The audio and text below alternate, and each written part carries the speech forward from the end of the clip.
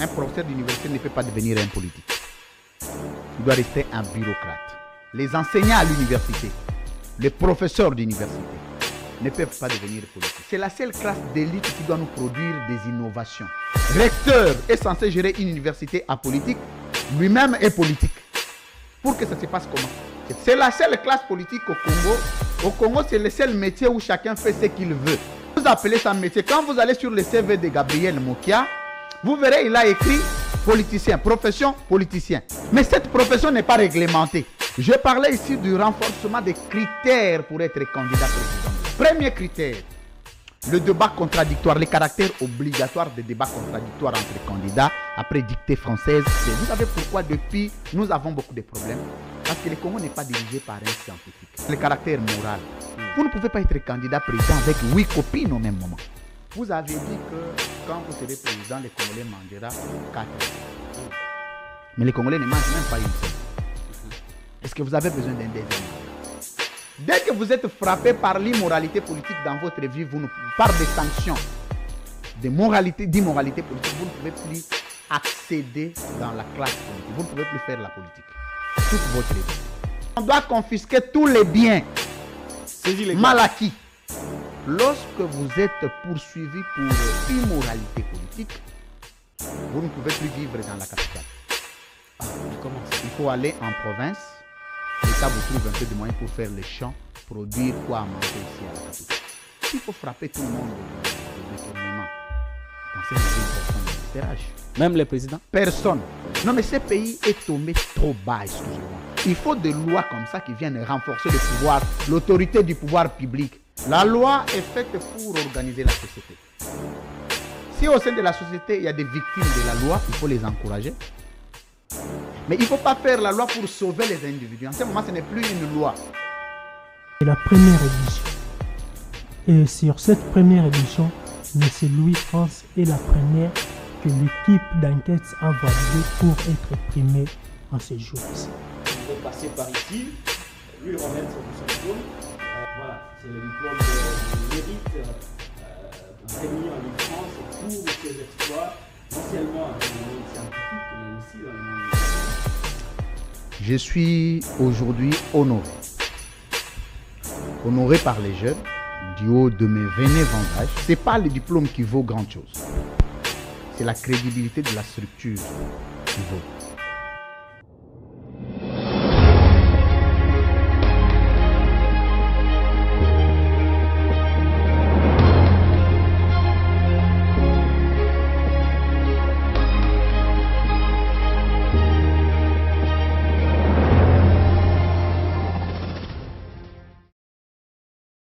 Très heureux de vous retrouver dans ce nouveau numéro de Libre Opinion après un long moment d'absence. Je suis Patrick Lokala. Nous allons parler aujourd'hui de la loi portant éthique et déontologie en République démocratique du Congo, une proposition de loi qui est initiée par Louis-France Kouzikessa, le recteur de l'école de communicateurs, mais aussi directeur général à CML13 Télévision. Il est doctorant en relations internationales. C'est avec lui que nous allons aborder la question sur la loi portant éthique et déontologie en République démocratique du Congo. Vous savez, le monde politique est plein d'antivaleurs. Il y a nécessité qu'il y ait quand même quelque chose pour recadrer. Lui, il est l'initiateur. Il va parler à long et à large tout au long de cette émission. La deuxième partie, ou soit la seconde partie de l'émission, va porter sur la remise du diplôme de mérite, toujours à Louis-France Kouzikessa, pour ses mérites, pour ses exploits, non seulement au niveau du monde professionnel, mais aussi au niveau de la vie sociale. Une association du nom de Excellence Quilou s'est décidé de lui remettre un diplôme de mérite. Ce diplôme lui a déjà été décerné, mais nous allons le privilège d'assister à la remise de ce diplôme au cours de cette émission Libre Opinion de ce jour. Je vous présente tout de suite Louis-France Kouzikessa Toutila, à qui j'ai dit bonjour Louis-France. Bonjour Patrick Lokala, bon retour à la capitale de la République. Bonjour à tous les téléspectateurs qui nous suivent d'ici comme d'ailleurs. Je suis très content qu'aujourd'hui nous puissions apporter notre modeste contribution à la moralisation de la classe politique de la RDC. J'ai le privilège de vous recevoir à Louis France. Ça, vous êtes l'initiateur de la loi portant éthique et déontologie politique en République démocratique du Congo. Si j'ai bonne mémoire, c'est la première. D'abord, pouvez-vous nous donner d'abord les motivations de cette loi avant même que nous parlions du fond de la loi? Qu'est-ce qui vous a motivé finalement à prendre votre stylo, tourner les méninges pour finalement aboutir à mettre en place une loi portant éthique et déontologie politique en RDC? C'est pertinent. Le motif est d'abord universel. Le motif est fondamentaliste et nationaliste. Particulièrement, le motif est d'ordre congolais. Nous sommes la classe politique la plus polluée du monde. Ça, nous devons nous mettre d'accord. Qu'aujourd'hui, quand vous parlez avec un sénateur français, quand vous parlez avec un député français, quand vous parlez avec la classe politique des autres États du monde, vous vous rendrez compte que le niveau de la considération internationale, de la considération politique que vous aurez des sénateurs étrangers ne sera pas de notre sénateur ici au Congo. Du président de l'Assemblée nationale française ne sera pas équivalent de nôtre. Du président américain ne sera pas équivalent au nôtre. Tout ça, c'est pourquoi? Parce que nous sommes la seule classe, la classe politique congolaise la plus polluée, mais dont la réglementation pose problème. La plus polluée, c'est encore un peu codé. C'est-à-dire que la plus putréfiée, la plus pervertie, la plus immorale. Ah, très bien. La plus immorale. La plus immorale. Là, c'est clair. Parce que la première immoralité politique, vous la retrouvez en RDC. Ou pour la première fois, vous voyez le ministre en fonction en train de se masturber dans les bureaux. Aucune sanction. Les détournements de deniers publics. Les escarmouches verbaux entre acteurs. Les insultes. Vous avez appris dernièrement, le temple de la démocratie est transformé à une terrasse. Désacralisé, hein? Désacralisé. Entre d'un côté, le président de Mbosso et de l'autre côté, et on appelle ça l'unité nationale. Et dans tout ça, ils nous ont quand même offert il faut passer, une bonne scène d'injure publique. Non, c'est les massas. Vous allez au Sénat. C'est la même chose. Vous allez à la présidence de la République. Le plus récent, c'est de Kabila. Nous avions vu le Premier ministre, un conseil du Premier ministre centré au cou avec le directeur des cabinets. Tout ça, vous savez que les actes politiques qui sont posés dans un État ont une cotation internationale. Parce que mon département, moi, c'est la politique internationale. Il y a des cotations. Si vous voulez qu'on vous respecte comme un État, vous avez besoin, vous, de poser les actes en interne qui sont conformes aux standards. Parce il faut rappeler, Patrick Lokala, qu'aujourd'hui, nous sommes ratificateurs de plusieurs actes, le base juridique international. Qui consacre non seulement le droit de l'homme, non seulement les droits humains, non seulement le respect à l'homme, mais aussi la moralité. Mais vous vous posez la question, vous avez besoin d'être respecté comme un État. Le président de la République fait des ballets diplomatiques, va à gauche, va à droite. Le problème, c'est d'abord au niveau interne. Au niveau interne, le milieu n'est pas assaini. Vous allez apprendre qu'il n'y a pas longtemps, il y a quelqu'un qui s'est fait passer pour Gisèle Mpela, se faisant passer de tel ou tel autre, a été conduit par la DGM de mon pays, le service public de l'État, expulsé. Ça fait partie de l'immoralité politique. L'immoralité politique, c'est encore quoi? Aucun acteur politique congolais n'entre au pouvoir et ressort avec un train de vie équilibré. Ça veut dire quoi? C'est-à-dire que quand quelqu'un est au pouvoir aujourd'hui, vous le voyez, il entre au pouvoir, il est ministre aujourd'hui. Demain, tout de suite, vous sentez que sa chaîne de dépenses est augmentée de 90%. Donc, la gestion de la chose publique devient comme un lieu d'enrichissement pour les acteurs politiques. Et plus grave encore, la politique est restée le milieu de ceux qui ont échoué dans la vie. Mais quand même, là, quand on gère les... Permettez-moi, Louis France, que ça, quand on gère la chose publique, ce n'est pas quand même... On ne va pas quand même se comporter comme si on était des maigres messieurs, l'État met quand même à la disposition de ceux qui gèrent. Vous savez, être les maigre institutions de la monsieur, République, un Patrick certain nombre de Lokala, moyens. être maigre monsieur ne signifie pas avoir une suite de 45 véhicules. Ah, là, c'est condamnable. Vous savez, Thomas Sankara, le maître penseur pour qui je me ressource toujours, entre au pouvoir, impose aux dirigeants de n'avoir qu'un seul véhicule équivalent aujourd'hui à une voiture IST, Ketch. Vous voyez ce que ça veut dire?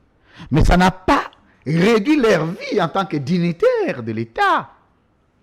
Qu'est-ce qui peut faire que celui qui était hier locataire, 2 mois au pouvoir, a 4 parcelles, avec un salaire de 5 000 $, comment il en arrive là? C'est miraculeux. Hein. C'est miraculeux. Deuxième chose, la classe politique est considérée, la politique est considérée comme le cadre par excellence d'enrichissement pour tous ceux qui ont échoué. Hein? Très rapide. Pour tous ceux qui ont échoué ailleurs. Ceux qui ont échoué ailleurs signifie quoi? En journalisme, tu étais médiocre. Tu étais journaliste, tu n'as rien produit, mais tu te retrouves en politique pour prétendre donner les meilleurs. Tu étais maçon, tu ne nous as construit aucune maison. Tu es architecte, si on te demande dans tes archives combien de conceptions tu as déjà fait, aucune conception architecturale. Mais au nom de la politisation politique congolaise, tu dois aller en politique. Demain, tu es excellent en politique. Tu es juriste.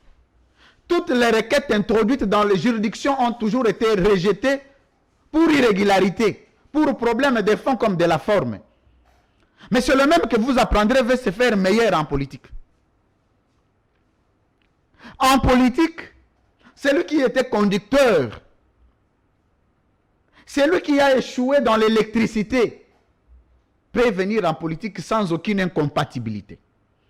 L'esprit de cette loi que je vais imprimer comme nationaliste, comme révolutionnaire. Oui, on va parler justement de la loi Louis-France Kuzikisa. Vous avez énuméré quand même un certain nombre d'antivaleurs. On ne va pas ici revenir aussi sur les constances qu'on appelle les la versatilité, ça c'est prévu. Et les acteurs politiques congolais appellent ça le dynamisme politique. Je ne sais pas si vous considérez ça comme antivaleur, je ne sais pas.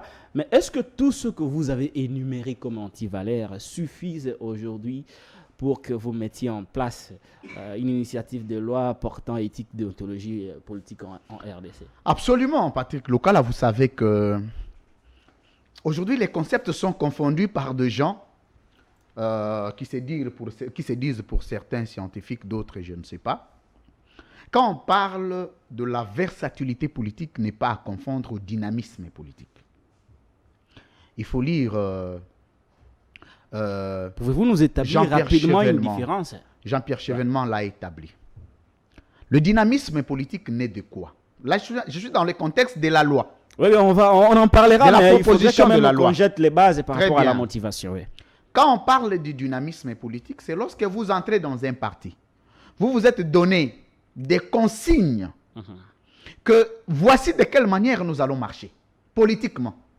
Mais vous arrivez le matin, l'autorité morale du parti ou le président national du parti change de version politique pour des raisons de gourmandise. Vous vous étiez dit vous serez à l'opposition. Sans vous réunir préalablement, vous vous retrouvez à l'union sacrée. Ou vous étiez à l'union sacrée, parce que le président ou l'autorité morale est déconnecté du pouvoir, vous vous retrouvez à l'opposition. En ce moment-là, le dynamisme des hommes de valeur vous appelle à quitter. Comme moi, Louis-France Kuzikisa. Nous nous sommes dit, voici comment les choses doivent évoluer. Vous ne les respectez pas, vous quittez. D'accord. En ce moment, ce n'est pas... Attendez, ce n'est pas de la versatilité. En ce moment, c'est en ce moment qu'on peut parler du dynamisme politique. Mais quand est-ce que les Congolais font usage abusif et désordonné des concepts politiques pour justifier les positionnements? C'est quand on veut faire du dynamisme politique la versatilité. La versatilité, c'est quoi? C'est lorsque vous voulez aller dans les partis politiques pour obtenir ce que vous voulez. Les postes. Les postes. Vous allez à gauche, on ne vous donne pas, vous quittez. Vous allez à droite, on vous donne, ça ne suffit pas, vous quittez, vous allez à droite. On est au PPRD, on crée PPRD Mosaïque pour entrer à l'Union. Pour entrer à l'Union sacrée, et on appelle ça dynamisme politique. PPRD Mosaïque. Ça, c'est le voyoutisme politique que nous allons condamner dans la loi, que nous allons réglementer. Très bien. Vous avez défini suffisamment, vous avez établi la différence sur les France Kousekessa. Parlons maintenant de la loi portant éthique et déontologie politique en RDC. Pouvez-vous nous parler à long et à large de cette loi présentement? D'abord, cette loi crée l'incompatibilité de l'exercice politique à certaines fonctions. Un professeur d'université ne peut pas devenir un politique. Il doit rester un bureaucrate. J'ai créé l'incompatibilité. Les enseignants à l'université, les professeurs d'université ne peuvent pas devenir politiciens. Pourquoi? Parce que c'est la seule classe d'élite qui doit nous produire des innovations.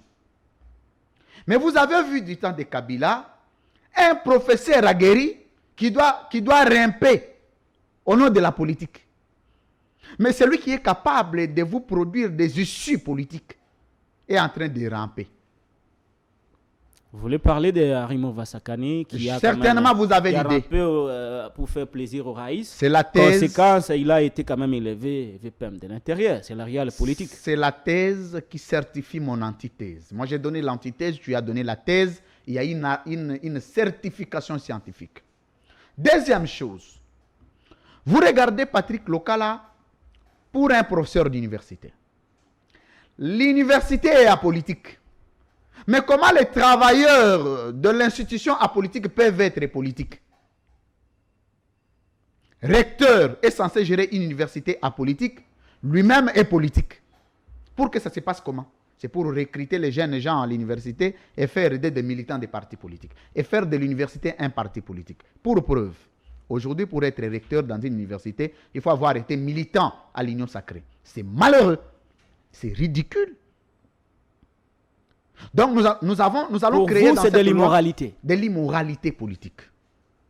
C'est prévu dans cette loi. Deuxième chose, les avocats. Un avocat ne peut pas faire de la politique.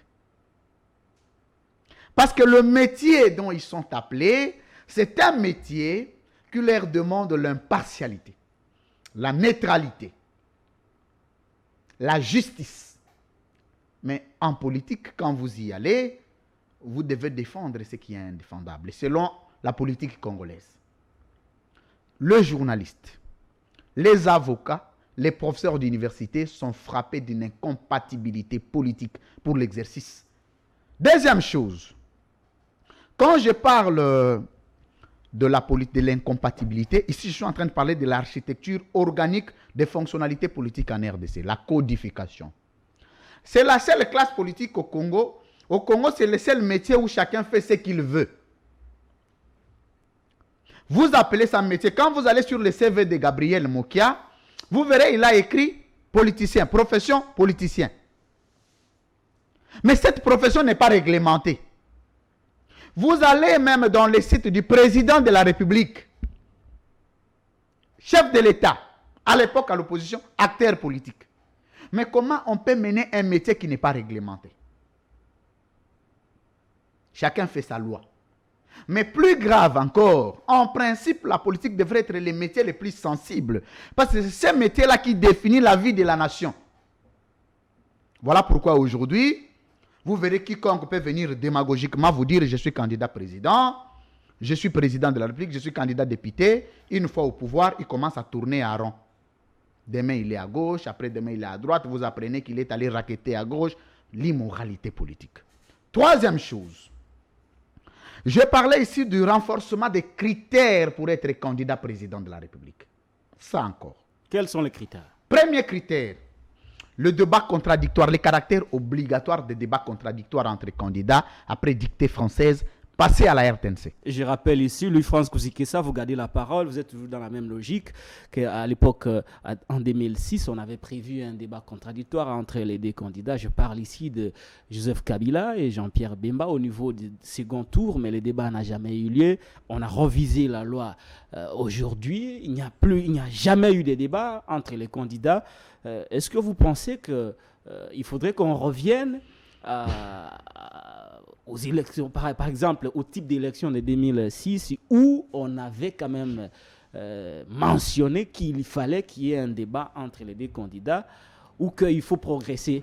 Bon, vous savez, mais comment cela sera-t-il possible quand on a plusieurs candidats, par exemple? Vous savez, Patrick Lokala, cette affaire a été exclue parce qu'il n'y avait pas un caractère obligatoire. Ce qu'on appelle en droit C'était facultatif. La coercition. La coercition est une modalité qui est passible à des sanctions. Quand vous y passez. C'est une contrainte. Hein? Une contrainte. Voilà. C'est-à-dire qu'à cette époque-là, les débats contradictoires étaient facultatifs. Le débat contradictoire répondait aux humeurs entre acteurs. Mais ici, nous sommes en train de donner le caractère obligatoire du débat contradictoire entre acteurs. Comme en France, comme aux États-Unis d'Amérique, pour être candidat, entre candidats, vous devez passer au débat. Pour premier objectif, 1, vous devez dire au peuple ce que vous êtes capable de faire. Suivi de questions des journalistes et la contradiction de votre adversaire. Parce que nous évitons d'appeler les gens à Rotana, d'appeler les gens au Grand Hôtel, commencer à ce que moi j'appelle à raconter votre propre vie par des logorées. Quand vous êtes au pouvoir, nous ne sentons aucun impact entre ce que vous aviez prévu comme programme et ce que vous faites. Si vraiment il faut interroger les programmes de gouvernance du président de la République actuelle, c'est à combien de pourcents qu'il y a une réussite, qu'il y a application? Très bien. Or, pendant les débats contradictoires, on serait capable de dégager les insuffisances. Troisième chose. Oui, avant qu'on aille au troisième critère, Louis France, permettez-moi, comment cela va être possible? Parce que le contexte actuel donne la possibilité à plusieurs personnes d'être candidats. Vous proposez un débat contradictoire. Comment le débat se passera lorsqu'on a, par exemple, une trentaine de candidats présidents de la République? Mais déjà, Patrick Lokala, le débat, c'est comme une compétition de football. C'est programmatif, c'est organisationnel, c'est structurel. Très bien. C'est-à-dire que cette loi vient renforcer la constitution de notre pays, parce qu'il y a beaucoup de lacunes dedans. Cette constitution, à l'époque, a couvert beaucoup d'irrégularités, beaucoup de lacunes de Joseph Kabila. Déjà, dans cette loi, vous ne sentez aucun critère fort pour être candidat président de la République. Parce que cette loi, à l'époque, a couvert beaucoup de lacunes de Joseph Kabila. Donc, Joseph Comme Kabila, quoi, par exemple, pour être candidat président, il faut nous dire votre niveau d'études. Il faut nous dire. Vous revenez avec les débats. Non, mais effectivement. Sur le niveau d'études. Mais vous savez pourquoi? Vous savez pourquoi? Attendez, vous savez pourquoi depuis nous avons beaucoup de problèmes? Parce que le Congo n'est pas dirigé par un scientifique. Le Congo est dirigé par certains intellectuels, d'autres des analphabètes pratiquement. Mais le jour où vous verrez quelqu'un qui est capable de défendre son programme, il y a des choses que vous n'apprendrez plus. Vous voulez dire qu'il faut qu'on tienne compte du niveau d'études? Du niveau d'études, du caractère moral, ça j'en ai prévu. Le caractère moral, c'est quoi? Le niveau d'études minimum de... Une licence certifiée. Pas une licence où quand on va faire des recherches, on se rend compte que même sur l'avenir, vous n'êtes pas passé. Non. Mais je vous dis, c'est-à-dire que certifié, vous venez avec ça, ce n'est pas vous qui amenez. Il y a une commission au sein de la CENI qui doit aller à cette université enquêter. Deuxième chose, c'est le caractère moral. Vous ne pouvez pas être candidat président avec 8 copines au même moment. Comment vous allez enquêter que cette personne... Mais les services de renseignement ont pour rôle. Les services de renseignement connaissent la vie de tout acteur. Ça, je vous certifie. Et en ce moment, la loi a prévu le mécanisme de renforcement des fonctionnalités de services de renseignement. Il faut combien de copines, par exemple? Non, mais j'ai dit, on ne peut pas dépasser... Je peux accepter la vie privée de quelqu'un passe à une copine. Ça ne dérange pas trop. Mais quand c'est demain, ça créera des rivalités. Vous apprendrez des gens à gauche qui se réclament vice-maman, vice-première dame, d'autres vice-deuxième dame, d'autres 4 vice... La conséquence, c'est la démystification de l'institution président de la République. Troisième chose, quand je parle comment on appelle, de mandat du président, c'est ce que la loi n'a pas dit. Mandat 5 ans, renouvelable une seule fois. Mais dans la loi, j'ai renforcé des critères. Dans de quelles conditions on peut vous renforcer le mandat. On peut vous ajouter le second mandat ou non. Parce que la loi a juste dit, on peut tricher les élections et avoir un deuxième mandat. Donc, vous voulez en quelque sorte établir des critères qui vont déterminer quelqu'un à chercher le deuxième mandat. Non, mais, plutôt que de le laisser automatique. Non, mais ce n'est pas automatique parce qu'ici... Mais là, ça devient quand même très intéressant. Mais absolument. Vous savez, moi, quand je viens à la place publique, toute ma vie, je l'ai consacrée à la lecture, à des recherches. Ça va être la première loi en RDC qui va codifier pratiquement. Parce que je vous rappelle, c'est vous qui parlez Louis-France, le président Tshisekedi parlait déjà de son deuxième mandat en Boujima. Il a évoqué la question. C'est parce que la loi, elle, est infirme. Malgré le fait que beaucoup de gens pensent que la loi est infirme. Dans la loi, dans l'esprit comme juriste, je voudrais ici dire que dans la loi, il est dit que le deuxième mandat d'un président de la République dépend du contenu organisationnel des élections. C'est-à-dire ça dépend de son humeur à lui. C'est déjà un droit acquis. Comme ça que vous apprendrez, deuxième mandat sûr. Qui est automatique.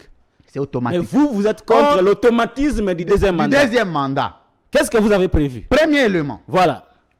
Il faut que l'évaluation se fasse une année avant. Une évaluation. Par qui? D'une organisation internationale. Certifiée. Crédible. Pour venir nous dire, dans le secteur infrastructurel, combien de routes ont été construites, mais le programme gouvernemental, votre programme avait dit quoi? C'est-à-dire pour établir l'étude comparative entre les programmes et les actions. Tu avais dit que une fois président, tu vas mettre fin à la guerre à l'Est. La guerre à l'Est n'est pas terminée. Tu n'es pas digne d'avoir le deuxième mandat. Tu avais dit que, je ne dis pas que le président est frappé, concerné par cette loi. Ici, on ne parle pas des individus. Mais on parle de principe. C'est vous qui avez la parole, oui. France. Ici, nous sommes d'abord à l'étape d'exposer l'initiative de parce que loi. Le président de la République actuelle passera. On va expérimenter plus tard. Moi, comme Niembo, demain, quelqu'un d'autre peut devenir président de la République. Vous avez promis, par exemple, des choses sur le secteur de la sécurité. De la sécurité. Ce cabinet vient auditer. On sent qu'une semaine après avoir constaté une bombe étrangère sur votre propre sol, il n'y a aucune identification sécuritaire. Aucune enquête. Aucune enquête, aucune responsabilité pénale, aucune responsabilité politique. Entre-temps, il y a des morts qui s'en ont suivi. La nation ne connaît pas qu'est-ce qui s'est passé. Et d'où est venue la bombe? Mais vous avez besoin du deuxième mandat. Et comment on pourrait éviter? Vous avez le deuxième mandat. Deuxième chose, vous aviez dit que quand vous serez président, votre mandat, les cachots de l'ANR seront fermés.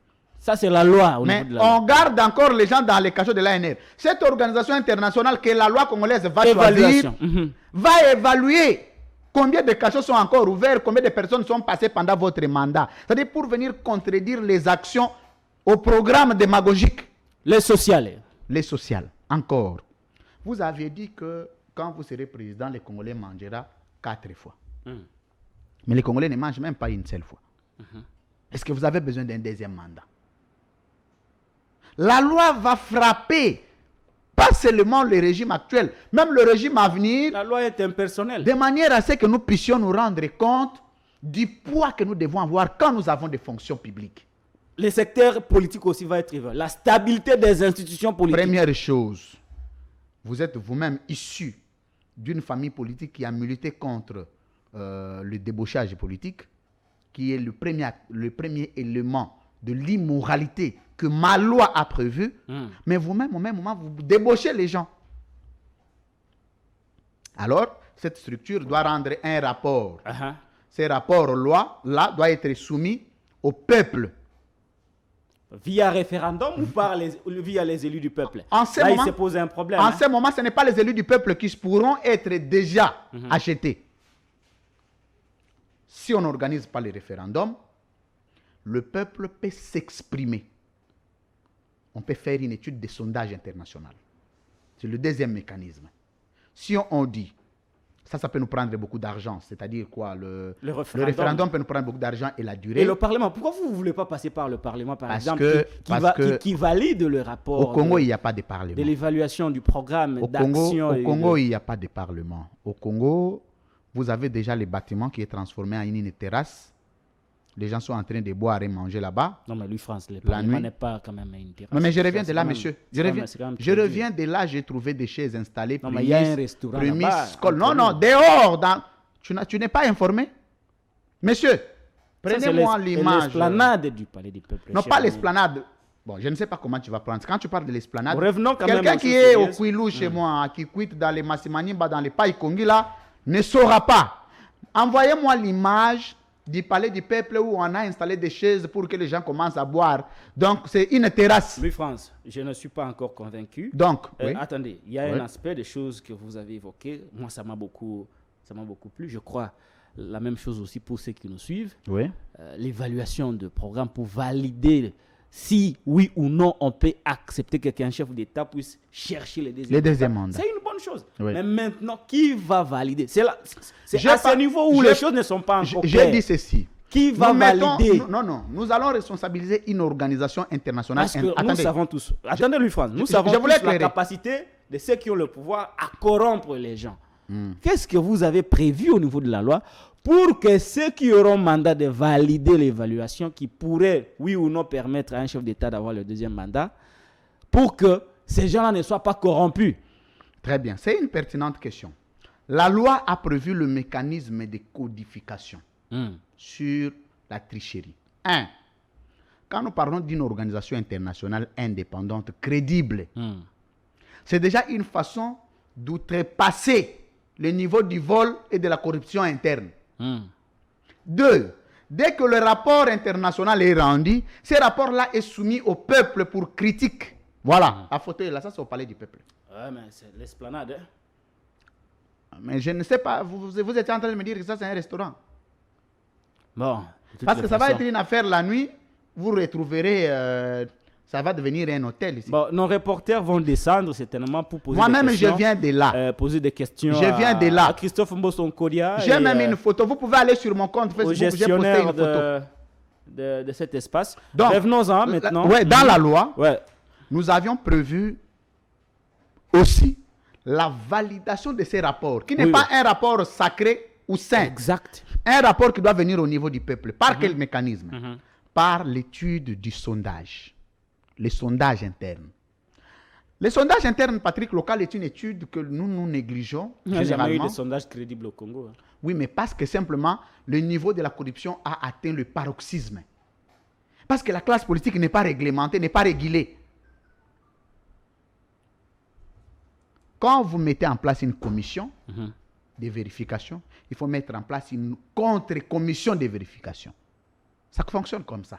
C'est comme ça que l'homme blanc a réussi à dépasser les niveaux de la corruption. On vous met quelqu'un, on vous place un surveillant. Et ces surveillants-là sont contrôlés. Les rapports reviennent, vous mettez une étude de sondage, vous envoyez aux 26 provinces de la République, vous récoltez les données. Vous pouvez prendre même les services de communication ici. Vodacom, RTL, et tout, vous les mettez, je ne fais pas les publicités ici. Par le demande électronique que nous pouvons certifier pour dire telle province a certifié les rapports, telle province non. Et au niveau interne, la CENI peut avoir la responsabilité avec la Cour constitutionnelle parce que ce sont eux qui ont la responsabilité de la charge Qui va donner le caractère opposable. à ces actes-là. Voilà. C'est cette Qui va donner le caractère opposable à ces rapports voilà. de validation Une fois Ouais. que les rapports est soumis, les rapports doivent être votés au Parlement. Dès que le rapport est voté le au même Parlement que vous qualifiez de terrasse. Non, après avoir subi d'autres circuits. Quand le rapport est arrivé au Parlement, le Parlement n'a plus la capacité de torpiller les données. Vous en êtes sûr, hein? Mais je vous dis, en ce moment-là, Vous n'avez pas vu ce qu'on a fait à l'église, aux confessions religieuses, hein? non, Patrick Lokala, je pense que ça dépend du niveau vous de la... parlez, bon, peut-être vous parlez Attendez. du Parlement idéal, Attendez. ou celui de Mbosso et Attendez, Patrick de Lokala. Bahati. Il faut mesurer les niveaux de la rigueur que les organisateurs peuvent avoir aussi pour organiser ce genre de choses. Cette loi, même si pas aujourd'hui, même si pas demain, un jour, elle sera d'application de la manière dont je t'étale ici. Oui, nous Un débattons jour. scientifique. Oui, Alors, ça vous avez deuxième raison. chose, dès que Ça, vous avez totalement dès que raison. le rapport revient au Parlement, c'est pour donner les caractères obligatoire et opposable. La légalité et la légitimité. Non, d'abord la légitimité. Une fois validée, envoyée à la Cour constitutionnelle pour que la Cour constitutionnelle nous certifie les données, parce que la Cour constitutionnelle, à son niveau, aura aussi une commission de contrôle de véracité. En ce moment, quand le président dit j'ai besoin d'un deuxième mandat, nous recourons au rapport. Combien de routes tu as construit vis-à-vis de ce que tu as promis? D'abord, le rapport est rendu public, lui-même sait qu'il ne peut plus se présenter. Oui, mais dès que le rapport est rendu public, il devient opposable. Ça les frappe. Il est automatiquement écarté. Il avait dit qu'il va construire 1000 routes. On peut accepter qu'il construise les 50%, pas moins. On peut accepter que l'insécurité baisse de 50%, pas plus. Dès que nous sentons qu'il y a beaucoup d'irrégularités, la Cour constitutionnelle a l'obligation de demander au président de dire, bien que le deuxième mandat est constitutionnel, mais au regard du bilan, vous ne pouvez pas. Vous êtes frappé d'incompatibilité politique. Ça, c'est quand même intéressant. Mais absolument. C'est ce genre de scientifiques que nous avons. Nous n'avons pas besoin de gens qui viennent vous raconter leur vie. Oh, moi, quand j'ai été... Non, nous avons besoin des apports de telles lois. Et une telle loi, quand elle est soumise, elle est acceptable, tu verras qu'il y a certaines morales. Par exemple, développer d'autres aspects. J'ai ici parlé de la déclaration obligatoire des biens. Ça existe. Il y a deux gens. Non, le caractère obligatoire. Ce qu'on fait là, c'est facultatif. Attends, Patrick Lokala. Ouais. Dis-moi aujourd'hui, le président de la République a combien de maisons? Lui-même ne dit pas son salaire. Comment voulez-vous que moi je vous dise ici la voilà. Des maisons? Il a dit qu'il ne connaît pas son salaire. Certainement qu'il ne connaît pas aussi ses maisons. Dis-moi un peu quelles sont les maisons d'un ministre que tu connais. Ou les biens d'un ministre que tu connais en fonction. Alors que le peuple en a l'obligation de connaître. Comment tu étais locataire, comme moi. 3 mois après, tu as 4 et 5 maisons. Et tu as même envoyé des commissions pour chercher d'autres maisons où acheter. Ce n'est pas sérieux. Alors, quand nous parlons de la déclaration obligatoire des biens, à l'entrée du pouvoir, rendu public, il ne faut pas aller au casier judiciaire ici. Non, non. Rendu public par le peuple. À Lemba, j'ai une telle maison. À Kinkole, j'ai une maison. À tel, j'ai une maison. À la fin du pouvoir, vous savez que les politiciens ne déclarent les biens qu'à l'entrée, pas à la sortie. Quel est ce ministre que tu as déjà vu sortir du pouvoir et déclarer ses biens? Justement, par rapport à ça, Louis-France Kouziki, oui. Est-ce qu'au niveau de votre loi, vous n'avez pas pu calculer les rémunérations, les avantages? Par exemple, je prends pour le cas d'espèce d'un président de la République, le premier jour de son arrivée au pouvoir et au dernier jour, est-ce que vous n'avez pas calculé et informé au peuple congolais ce qu'un président peut gagner pendant 5 ans et qu'à la fin de son mandat, s'il est au-delà, on peut de toutes les façons mener des enquêtes. D'abord, aux États-Unis d'Amérique, qu'il y a eu un enrichissement illicite. Aux États-Unis d'Amérique, la loi des finances... Il y a beaucoup de mythes. La loi des finances américaines prévoit les salaires du président et les avantages. On connaît que durant un mandat, il peut gagner autant. En France, on connaît les salaires du président et les avantages des ministres. Au Canada, le Premier ministre, le membre du gouvernement, le Parlement, tout. Quand vous allez à Londres, le load, ce qu'on appelle les loads, les circuits, on sait que le peuple sait que notre président touche par exemple 13 000 $. Il a le frais de fonctionnement d'autant. Il a le frais de voyage d'autant. Il y a une estimation. Non, pas l'estimation, la loi des finances que tout peuple doit avoir. Pendant 5 ans. Une loi des finances promulguée dans le journal officiel. Le journal officiel mis dans les sites du Parlement. Vous cliquez, vous allez, vous voyez toutes les données. On peut calculer pendant 5 ans, avoir une estimation. Quand un matin, vous vous réveillez, on vous dit que le président a 5 maisons en Europe. Ça, c'est en Afrique. Vous regardez, vous vous dites, avec quel salaire, si ce n'est pas les vols? On vous dit qu'un ministre a construit, un directeur de cabinet d'un président, du ministre, un premier ministre a construit autant de maisons en Europe. Vous vous dites avec quel argent? Parce que nous, au niveau du journal officiel, par la loi des finances, nous regardons, ça ne peut pas donner. Qu'est-ce que votre loi a prévu par rapport à ces fléaux? La coercition, les sanctions. Dès que vous êtes frappé par l'immoralité politique dans votre vie, par des sanctions, d'immoralité politique, vous ne pouvez plus accéder dans la classe politique. Vous ne pouvez plus faire la politique toute votre vie. Et ces sanctions n'auront plus d'appel. Il ne peut pas y avoir des appels pour la réduction ou l'annulation des peines. Non. Vous êtes sanctionné pour immoralité politique. C'est pour votre vie. La première sanction, vous ne ferez plus jamais la politique dans votre vie. Deuxième chose, on doit confisquer tous les biens mal acquis. C'est illégal. C'est illégal par l'État. Et quand on saisit ces biens-là, on les vend, on construit des hôpitaux pour les peuples. Ce n'est pas quand vous prenez les biens de l'État, vous-même vous volez encore. Troisième sanction. Troisième sanction. Lorsque vous êtes poursuivi pour immoralité politique, vous ne pouvez plus vivre dans la capitale. Ah, mais comment ça? Il faut aller en province. L'État vous trouve un peu de moyens pour faire les champs, produire quoi à manger ici à la capitale. Travaux forcés. Parce que vous êtes capable... Non, pas travaux forcés.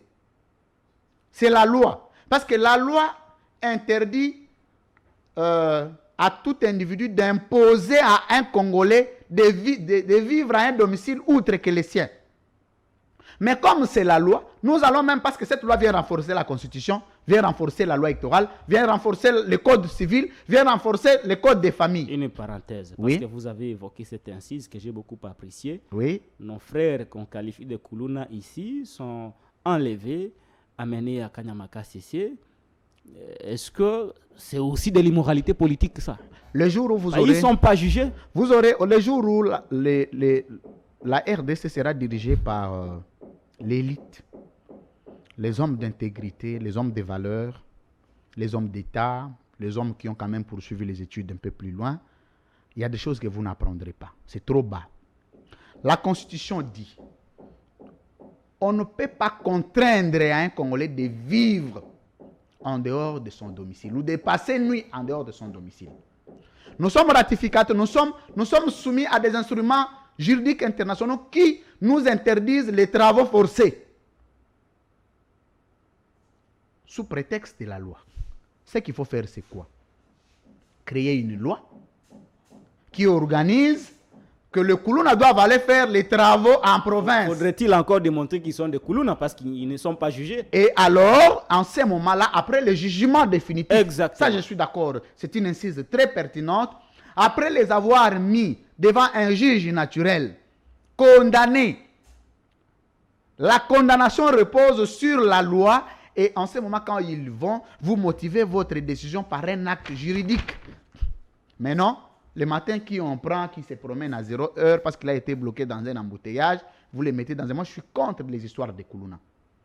Je suis d'accord que le taux de Kuluna a diminué. J'avoue et j'encourage le gouvernement de la République. Mais les méthodes, Et les autorités du pays. les approches ne sont pas bonnes. Je suis d'accord. Voilà. Et j'encourage les autorités du pays pour cet élan qu'ils ont donné parce que nous avions vu les scandales en pleine capitale. Nous en avions dénoncé, il y a des avancées. Mais un état de droit n'est pas un état fondé sur les sensations imaginaires. C'est-à-dire, comme le peuple veut ça, vous le faites de quelle manière? Il y a des procédures, il y a des procédés juridiques, il y a des formalismes politiques, il y a des fondamentaux de droit. Revenons aux sanctions. Les sanctions. Voilà. Lorsque vous êtes frappé des sanctions d'immoralité politique, vous devez toujours, on doit vous couper des comptes. Vous ne pouvez plus entreprendre une activité politique. C'est-à-dire, il arrive à un moment, quelqu'un ne fait plus la politique, mais il a un parti. Il faut commencer par dissoudre les partis. Parce qu'en ce moment, le parti est entaché d'immoralité de son chef.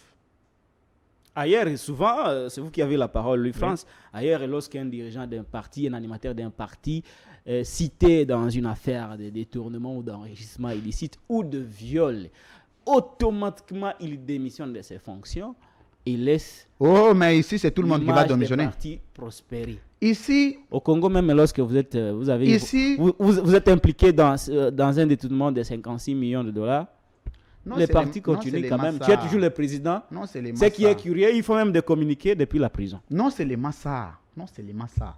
Ça, c'est encore moins parce qu'il y a aussi des détournements fabriqués. Parce qu'on ne veut pas de la tête de tel, il faut fabriquer. Mais on n'a jamais appris, parce que s'il faut frapper tout le monde de détournement, dans ces régimes, personne ne restera. Je suis désolé. Je vais choquer, mais il faut prendre ça comme tel. Ça comme vous voulez. Personne ne restera. Personne. Même les présidents. Personne. C'est vous qui citez, mais je dis personne. Même les présidents. Moi, je suis en train de dire personne. Est-ce que le président n'est pas une personne? Je ne savais pas que le président n'était pas une personne. Louis France, Donc, et donc, ici, je rappelle que voilà. cette loi va d'abord profiter au président de la République. Vous savez pourquoi? Il y a d'autres aspects que nous devons aborder. Allez rapidement.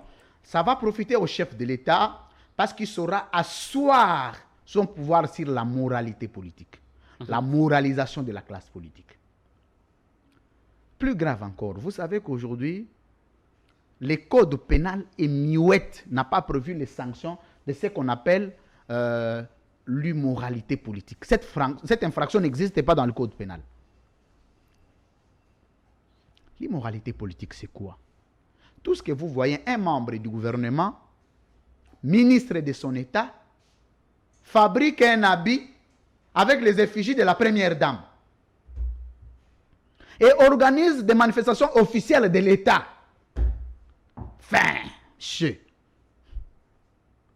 Pour vous, c'est de la légèreté? C'est de l'immoralité. Qu'est-ce qu'on appelle l'immoralité? L'immoralité, c'est des gens qui sont devenus chanteurs de la famille biologique du président de la République. La famille du président est déconnectée du pouvoir public, monsieur. Monsieur. Mais ici, vous apprendrez que dans la composition du gouvernement, il y a des quotas. Il y a un quota qui vient de tel, un quota qui vient de tel. Et quand on envoie les quotas là, il n'y a aucun critère pour être membre du gouvernement.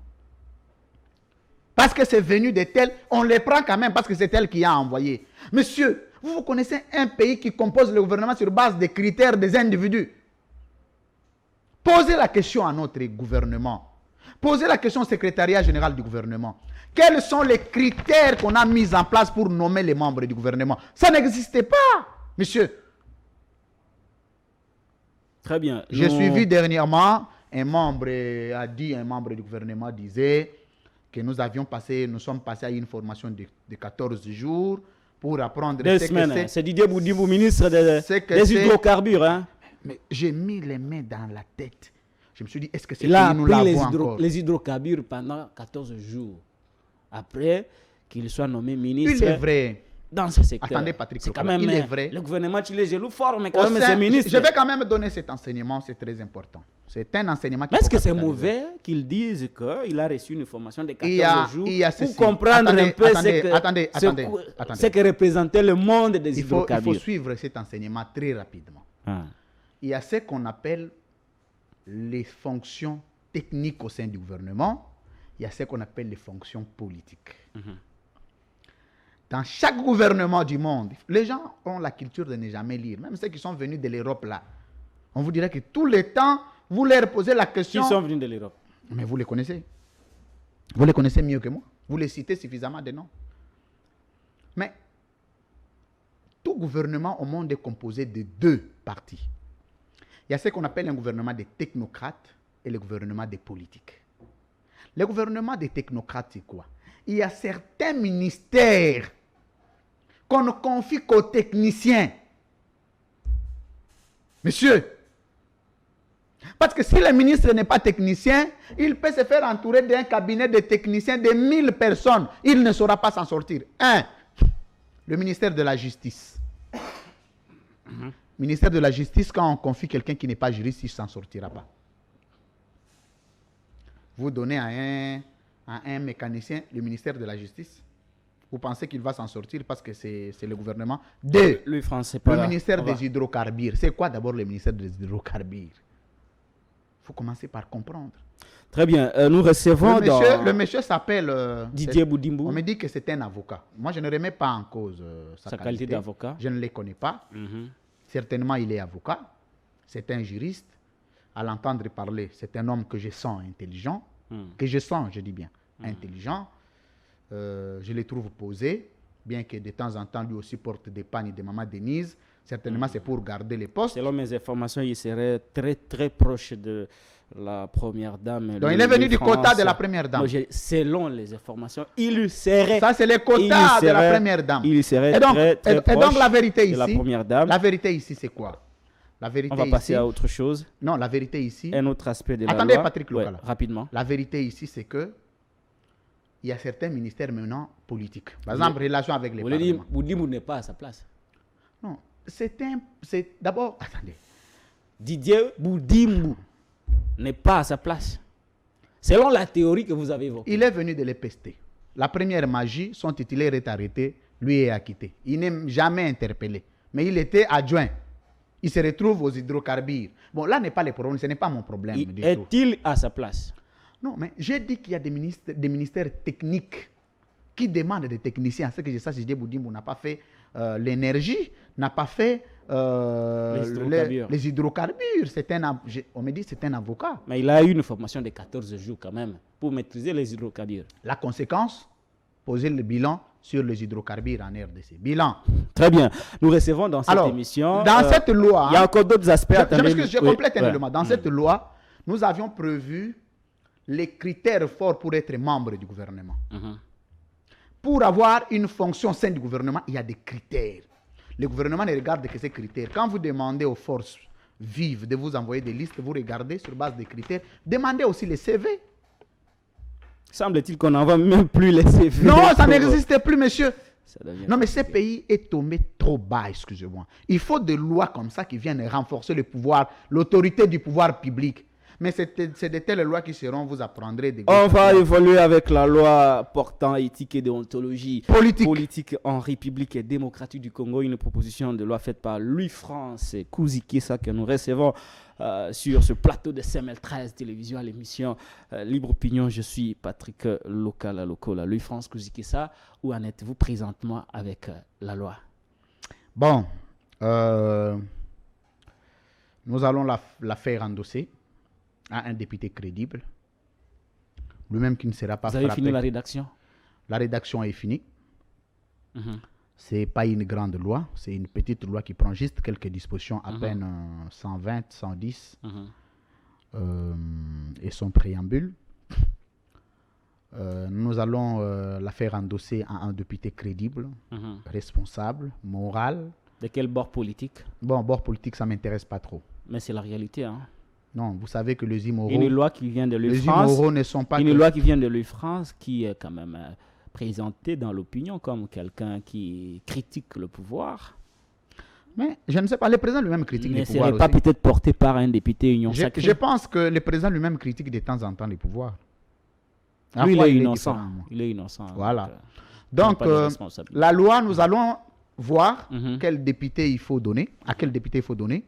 Lui-même qui ne sera pas sanctionné par la loi, parce que quand il sera en train de défendre, la loi peut se retourner contre lui-même. Vous savez, maintenant que je présente cette loi, ça peut se retourner contre moi. Si hier j'étais dans tel parti, après dans tel parti, ou hier j'ai défendu tel, auprès de moi-même, j'ai mesuré le niveau de la moralité de ma propre personne pour imposer une telle loi. Une question. Oui. Vous avez dit qu'il n'y a pas de parlement au Congo. Oui. Est-ce que c'est opportun pour vous d'aller vers les députés de ces mêmes parlements inexistants, selon vous, pertinent, pour faire passer votre loi? Pertinent. Ou il fallait encore attendre? Pertinent. Quand nous parlons du Parlement, nous parlons au vrai sens. Vous savez, la sémantique nous place des sens des concepts. Le sens figuré et le sens propre. En droit, on appelle le sens strict et le sens assoupli. Le sens propre,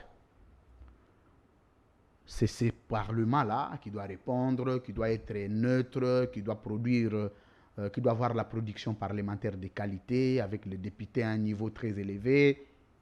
Ici, j'ai oublié, même les niveaux de députés, on a aussi prévu pour être candidat député national. Il faut quel niveau de Il faut au minimum une licence, une moralité politique, n'avoir pas été dans 3 partis politiques, au moins. Mais absolument. On va limiter un peu la transhumance politique. Si tu as été dans 3 partis politiques, tu ne peux pas être candidat député national. Tu es immoral. On peut accepter que tu quittes un parti pour un autre, mais pas 3. Surtout pas 4. Ça devient un problème. Ça devient un problème. Revenons maintenant à la question. Le Parlement, au sens propre, c'est ce Parlement qui est législatif. Mais au sens figuré, un Parlement où vous apprenez des voyous, des délinquants, des bandits. Vous avez appris Alexis Tambwe Mwamba avec une dame Goya. vous avez vu Bahati et Matata, C'est insulté. vous avez vu Mbosso et C'est Sanga. Sanga. Et ce parlement, depuis qu'il est là, aucune loi, je dis bien une loi salvatrice pour le peuple, aucune. Aucune loi. Ils passent leur temps pour raconter leur propre vie. L'ensemble des plénières sont consacrés aux bus, aux véhicules qu'on a donnés aux députés. Aucune loi. Or, le rôle du Parlement, c'est la législation, la légifération. Mais quand la légifération n'existe pas, pourquoi vous appelez ça Parlement? Par contre, nous allons maintenant élever le niveau du Parlement en donnant une loi qui va sauver même l'image du régime.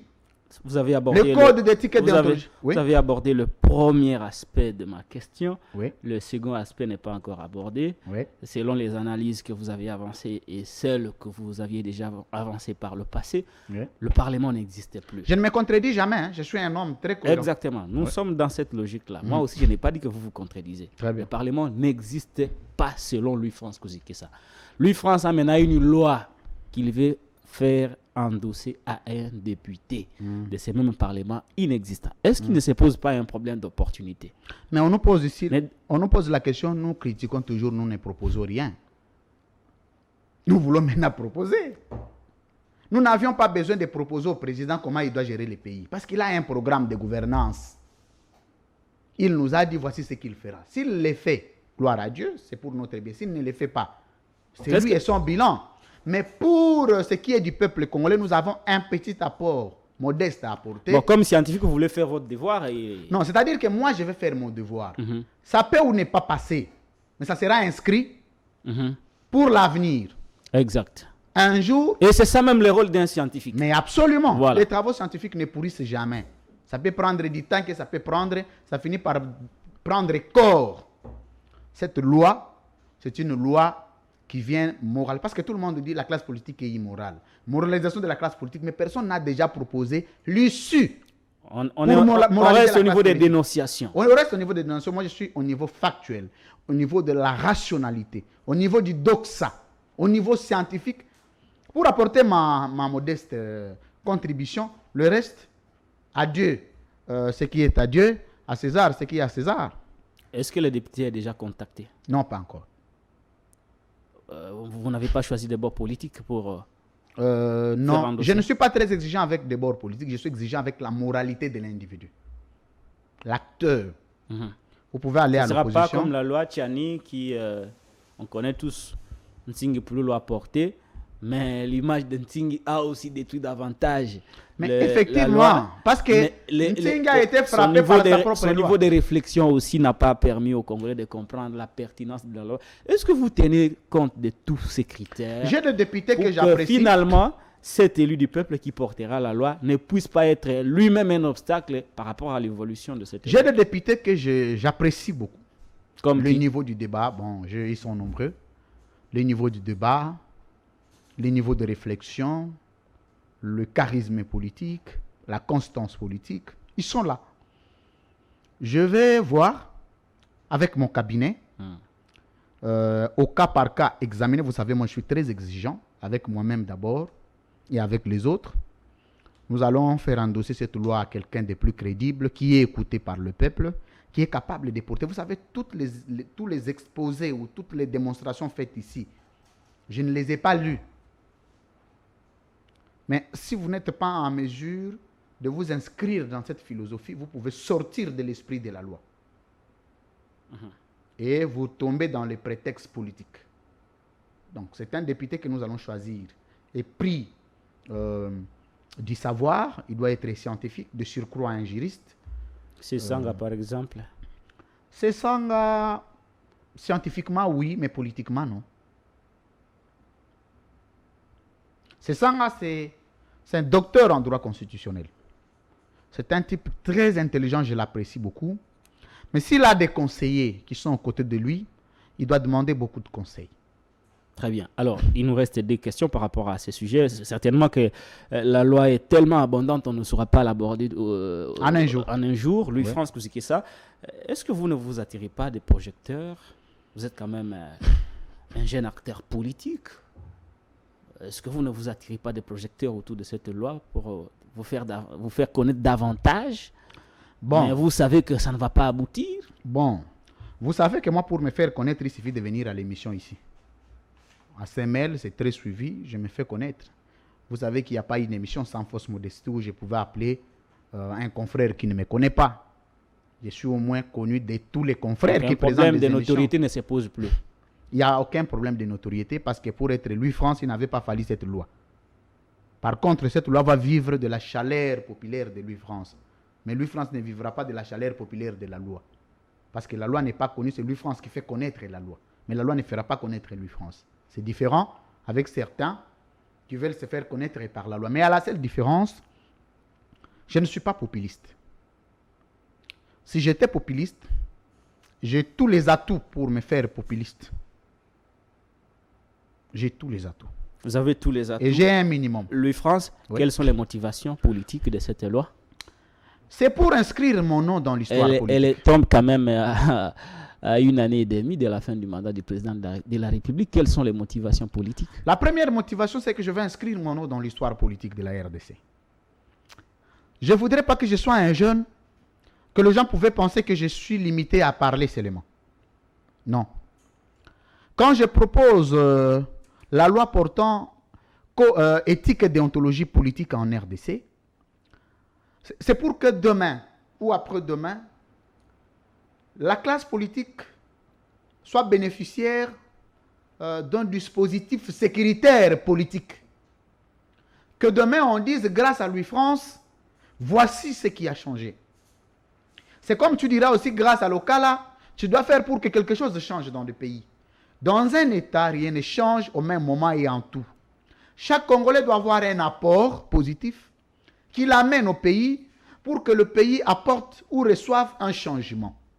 Je veux un jour, parce que moi je rêve grand, je vous ai toujours dit que moi je suis un enfant d'un pauvre, de parents comme des familles. Je connais la peine d'être un jeune sans encadrement sociologique. C'est-à-dire qu'il y a des jeunes intellectuels qui sont proches des savants, mais qui ne sont pas capables d'émerger. Parce que l'État n'a pas mis en place de mécanismes d'encadrement politique et sociologique. Mais je voudrais être un leader, ce leader-là qui a été comme Mandela, comme Kwame Nkrumah, comme Thomas Sankara, comme Moulele Pierre, comme Lumumba et Mary Patrice, où après ton départ, tu peux ne plus vivre, mais que les gens retiennent quelque chose dans ton parcours. Que les gens ne retiennent pas que les 3 femmes se sont battues en ton nom. Que les gens n'apprennent pas qu'une dame aurait été expulsée en ton nom. Que les gens ne retiennent pas une histoire négative sur toi parce que ça aura des répercussions sur tes enfants. Mais j'aurais besoin honorablement, quand les gens parleront de mes enfants, qu'on se souvienne de ce que je fais et de ce que je ferai. Et ce que je fais et ce que je ferai, je le fais dans la conviction parce que je suis un homme de conviction. Je le fais parce que je pense que ça doit être comme ça. Dernière question par rapport à cette loi. Pour aujourd'hui, Louis France, nous allons y revenir plus tard, peut-être dans un autre numéro, un peu plus élaboré pour aborder toujours cette loi dans tous ses aspects.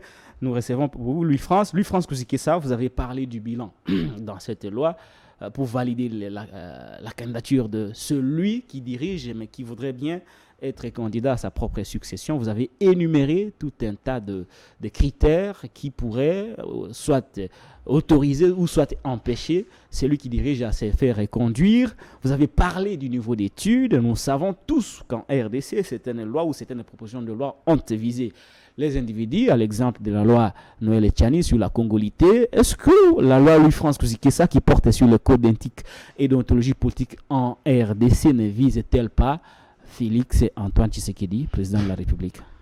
Je n'ai jamais vu, je n'ai jamais rêvé le président de la République comme individu. J'ai beaucoup de respect pour cette prestigieuse fonction d'État parce que j'en rêve, je le deviendrai aussi. Je n'ai jamais pensé que je dois orienter mes armes contre un individu, ce n'est pas mon combat.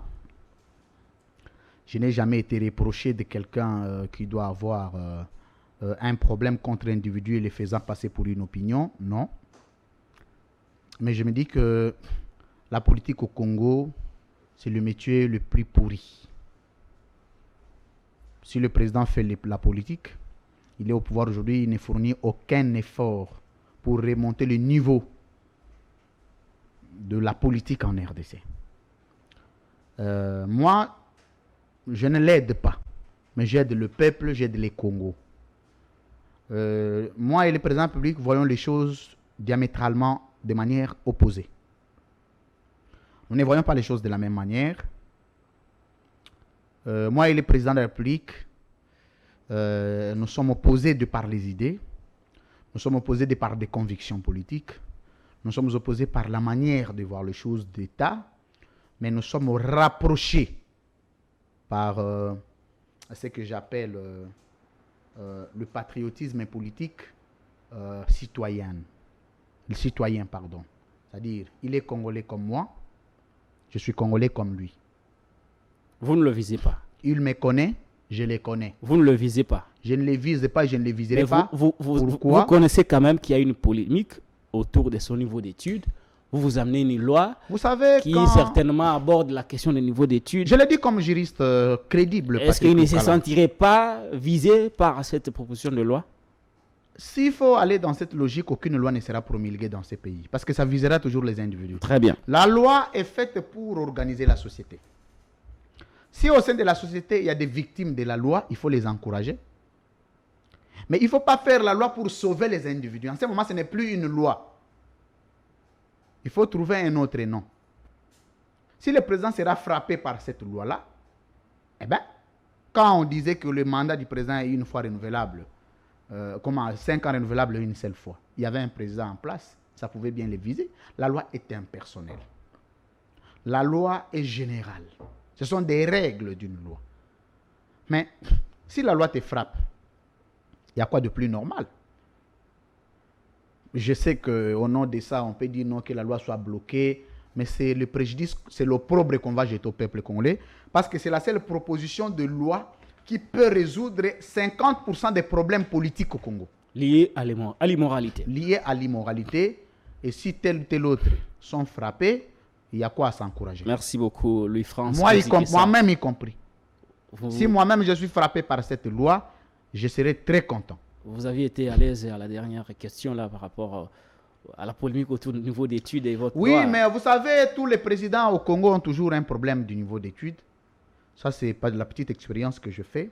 Je ne dis pas qu'ils n'ont jamais étudié, mais c'est discutable. Quand vous dites que tous les présidents au Congo ont toujours eu un problème au niveau d'études, ça on a demandé, on a dit que Mobutu était journaliste. On a posé où il a fait les études journalistiques. On ne nous a jamais dit. Qui est encore revenu? Kassavubu, on a demandé. On n'a jamais su. Il est vivant! Il est séminariste. Les séminaires se limitent, c'est comme je les ai fait au niveau secondaire. Qui est encore revenu? Laurent Désiré Kabila. Laurent Désiré Kabila. Il est vrai que Laurent Désiré Kabila a étudié, mais on ne nous a jamais dit clairement. Joseph Kabila. Joseph Kabila, ça c'était un problème. On a arrêté les gens pour ça. Plusieurs personnes sont allées en prison pour ça. Félix Tshisekedi aujourd'hui, c'est le plus grand problème encore. C'est la question que vous ne pouvez pas poser. Si vous osez poser cette question, c'est comme si vous tentez les diables. Vous l'avez posé plus d'une fois ici. C'est comme ça qu'il faut réglementer ça par la loi. Dans Libre Opinion. Oui. La dernière fois, vous avez reçu son conseiller, vous avez posé cette question. Il n'a jamais répondu. Vous revenez encore. Ça m'a attiré beaucoup d'appels. Vous savez, j'ai reçu beaucoup d'appels, des menaces. Bon, certainement. Moi, ce n'était qu'une question. Maintenant, c'est une loi. C'est une loi. Vous imaginez ce que ça peut représenter? Mais moi, je suis un républicain. Je suis un homme d'État. Je pense que quand je suis engagé, ceux qui me connaissent, le peu qui sont proches de moi, quand je m'engage dans une affaire, je n'ai jamais mesuré les conséquences.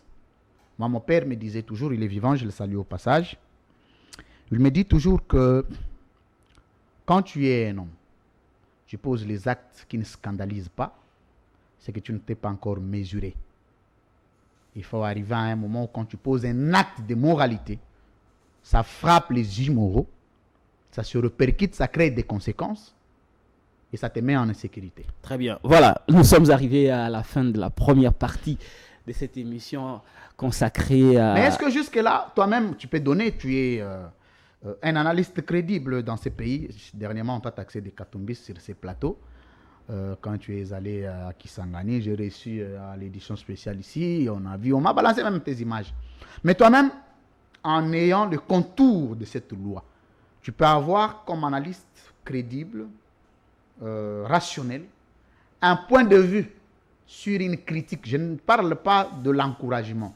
Sur une critique que tu peux mettre sur cette loi. J'aurai mon point de vue quand je serai invité. Pour aujourd'hui, je suis le présentateur des livres. Vous savez pourquoi je vous ai posé cette question? Généralement, au Congo, les gens n'aiment pas être exposés. Aucune fois, même le président, même le premier ministre, même le ministre, même les membres du gouvernement peuvent vous demander de dire qu'est-ce que vous n'acceptez pas dans ce que je fais. Exactement, Louis-France. Je suis le présentateur du jour des Libres Opinions. Quand je serai invité, en dehors de cette émission, je donnerai mon point de vue et vous allez prendre connaissance de cela. C'est la première partie qui prend fin ici. Cette partie a été consacrée à l'exposé de la loi portant éthique et déontologie politique en République démocratique du Congo, une proposition de loi initiée par Louis-France Kuzikessa. Il a exposé sur cette loi. La loi évolue très bien parce qu'il prend de contact avec les élus du peuple pour voir dans quelle mesure faire porter cette loi au niveau de la chambre basse du Parlement de la RDC. Et nous allons suivre de près l'évolution de cette loi. Nous allons marquer une toute petite pause et nous allons nous y retrouver pour la deuxième partie qui sera largement consacrée à la remise du diplôme de mérite à Louis-France Kuzikessa qui, initiateur de loi, acteur politique, aujourd'hui va être décerné par l'association sans but lucratif Excellence Kwilu, Merveille Vangou. Si nous parlons le même langage, nous pouvons marquer une toute petite pause et nous allons nous retrouver juste après pour la seconde partie de cette émission. Il est vivant! Il est vivant! Il est vivant!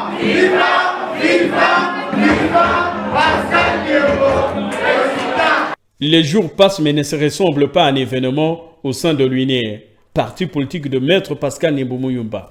Après le succès de la ville de Kikwit, dans la province de Kwilu, on passa par l'installation populaire du comité fédéral de Lukunga dans la ville-province de Kinshasa, ce dimanche 26 décembre 2021, sur le district de Moamba, qui a vibré au rythme de l'Union des nationalistes révolutionnaires, sous la houlette de l'infatigable Louis-France Kuzikessa, directeur de cabinet et porte-parole de Maître Pascal Niembo Muyumba. L'espace Nguilmon dans la commune de Matete a refoulé le monde qui est venu assister à la cérémonie de l'installation du comité fédéral de l'Union des nationalistes révolutionnaires Moamba. Hommes, femmes, personne n'a voulu manquer cet événement unique de la journée dominicale pour marquer son attachement à l'idéologie de l'Union des nationalistes révolutionnaires portée par le grand révolutionnaire du temps moderne, Maître Pascal Niembo Muyumba. Viva! Viva! Viva!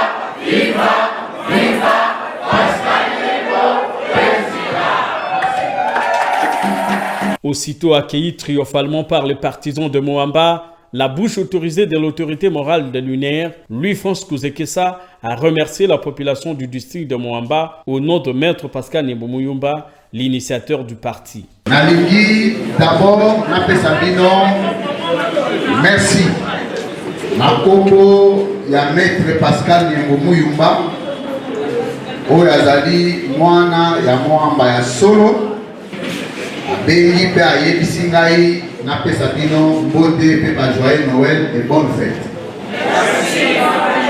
C'est vers 15h30 que le moment tant entendu est arrivé. Sous une ambiance électrique que l'envoyé spécial de Maître Pascal Niembo Muyumba, le jeune leader, Louis-France Kuzikessa, a présenté le comité fédéral de l'Union des nationalistes révolutionnaires du district de Moamba. Voici l'homme le plus heureux de ce jour, le père Kubangila. Il est nommé secrétaire fédéral de l'UNER à Moamba.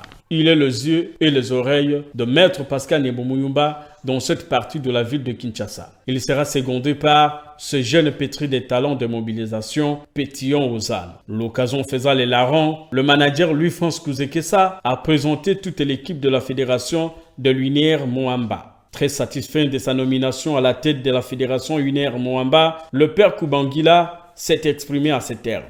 Bana Matete, Bana Moamba, bon soutenir parti Oyo. Mon condalobi, ezali parti ya ba cadre, ezali parti ya masse. Mais pour comme réellement parti à masse, et bongi kosala yango parti na yo. Na lingaka nzembo moko. Bakosa kibiso. Bakosa kibiso anesi eleka lelo Pascal. Pétion Ozana est le numéro 2 de la fédération de Moamba.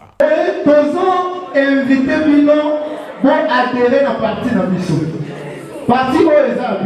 Attiré par l'attention particulière que les habitants de Moamba, venus de toutes les communes, Matete, Lemba, Ngaba, Limete et Kinseso, ont réservé à l'événement de l'arrivée de l'unière de Maître Pascal Nebomuyumba dans leur milieu de tout le jour, Louis-France Kouzekessa a appelé le jeune de ce coin de la capitale congolaise à une révolution mentale, gage nécessaire pour sortir le Congo de Lumumba du gouffre où il se trouve. Bisonyo sur le lot liboso Lumumba mutakobo ya Lumumba za metango Lumumba kufi. Il fallait ba révolutionnaire mususu bazala ba continuer lit. Yango tango mulele pierre abimi ba récupérer révolution. Ba mener mais tellement temps wana mundela lingala makambo wana te ba lebango. Musée aye kobima. Okomona ke musée mulele pierre Lumumba baza na même philosophie. Tant musée à kotaki awa na bus batando va interposer boy. 5 oyo pesi sima o pesi liboso. Tant musée à lobby tant boye 3 na ban. Soko leki 3 4 à défaut. Musée il faut assez quoi. Lumumba assez quoi. Mpolo Maurice assez quoi. Mulele Pierre assez quoi. Donc révolution ezala nini et continuer ndeto lamuki.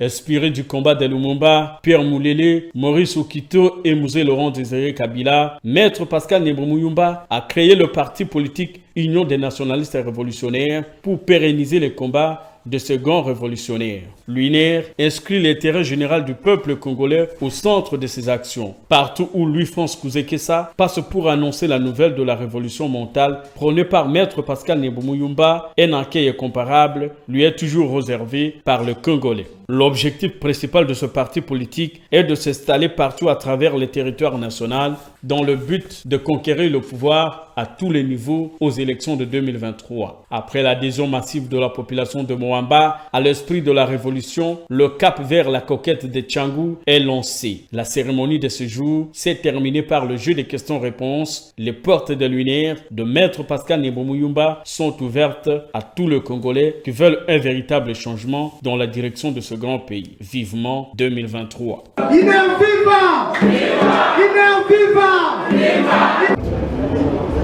Musée aye kobima. Okomona ke musée mulele Pierre Lumumba baza na même philosophie. Tant musée a kotaki awa na bus batando va interposer boy. 5 oyo pesi sima o pesi liboso. Tant musée a lobby tant boye 3 na ban. Soko leki 3 4 à défaut. Musée il faut assez quoi. Lumumba assez quoi. Mpolo Maurice assez quoi. Mulele Pierre assez quoi. Donc révolution ezala nini et continuer ndeto lamuki.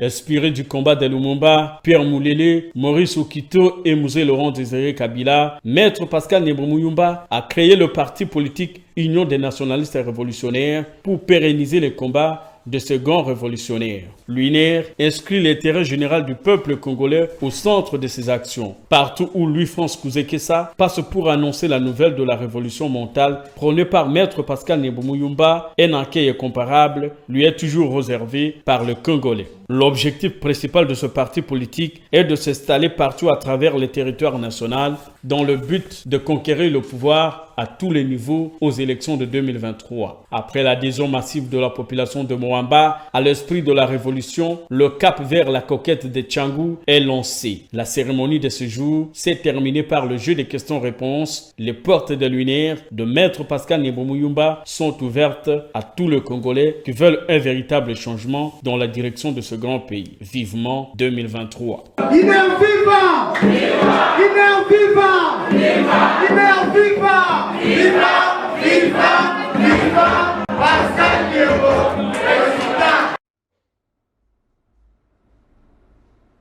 Voilà, c'était là l'installation des animateurs de la fédération de Moamba, du parti politique Union des nationalistes et révolutionnaires, cher à Maître Pascal Niembo Muyumba. Comme promis, nous recevons sur ce plateau de CML13 Télévision, l'émission Libre Opinion, nos amis de l'association sans but lucratif Excellence Kouilou, à qui j'ai dit bonjour. Bonjour. Vous êtes monsieur Fabrice Milunda, coordonnateur adjoint de Excellence Kouilou. Bonjour, monsieur le journaliste. Bonjour à tous nos téléspectateurs. Vous êtes accompagné de votre collègue Jires Mboma, lui aussi est membre de l'association Excellence Kouilou. Bonjour Jires Mboma. Bonjour monsieur Patrick, et je dis bonjour à tous les téléspectateurs qui nous suivent à ce moment. Comme je l'ai annoncé, cette association sans but lucratif Excellence Kouilou est venue pour remettre un diplôme de mérite à Louis-France Kouzi Kessa. Mais avant tout, je voudrais poser une petite question au coordonnateur adjoint Fabrice Milunda. Pouvez-vous quand même nous parler brièvement de Excellence Kouilou avant que nous ne procédions à la remise du diplôme de mérite à Louis-France Kouzi Kessa? Merci beaucoup pour la parole. Nous sommes une association sans but lucratif qui a vu sa naissance dans la province du Kouilou, plus précisément dans la ville de Kikwit. Excellence Kouilou s'est fait un constat sur la province. Il s'est ressorti un constat selon lequel il y a beaucoup de fils issus de la province du Kouilou qui sont talentueux, que ce soit au sein de la province et en diaspora par rapport à la province, c'est-à-dire en dehors de la province du Kouilou, mais cependant qui ne sont pas encouragés dans leur façon de faire, dans leurs différents domaines d'activité.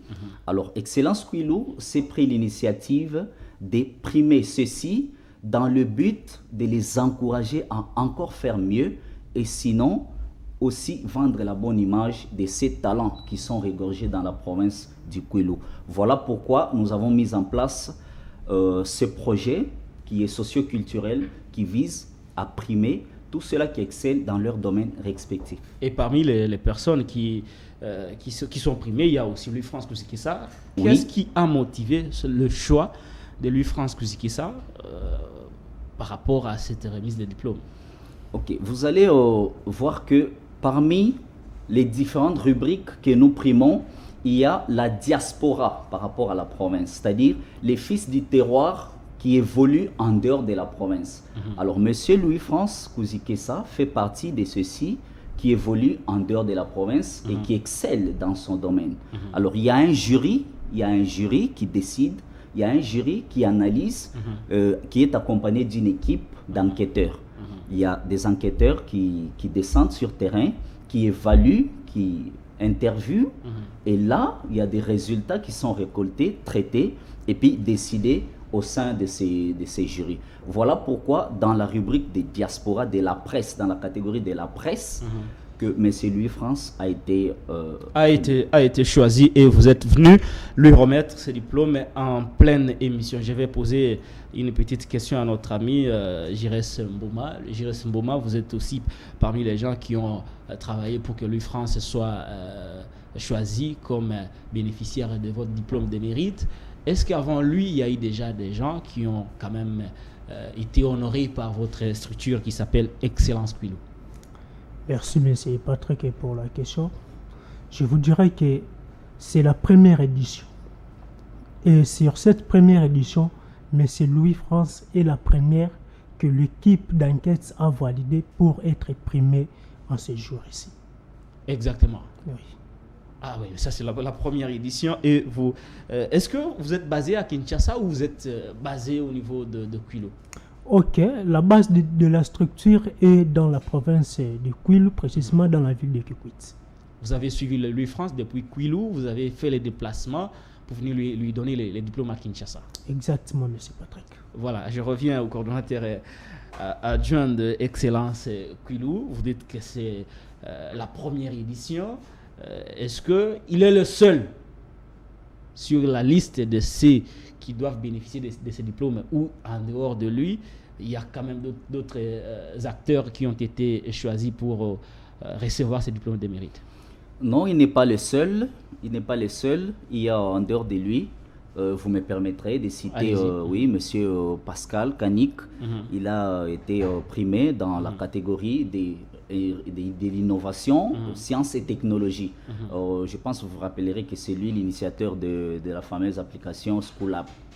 Voilà, il y a en dehors de celui-ci, le procureur Geringienda, qui a été primé dans la diaspora et puis la catégorie d'agent public, dans la bienfaisance publique. Il n'y a pas que M. Louis-France Kouzikessa. Il n'y a pas que M. Louis-France Kouzikessa. Maintenant, nous allons procéder à proprement parler à la remise de ses diplômes de mérite à Louis-France Kouzikessa. Je rappelle que Louis-France est juriste de formation, il est chercheur en droit, il est aussi doctorant en relations internationales, il est diplômé de SIC au niveau de l'Institut facultaire des sciences de l'information et de la communication.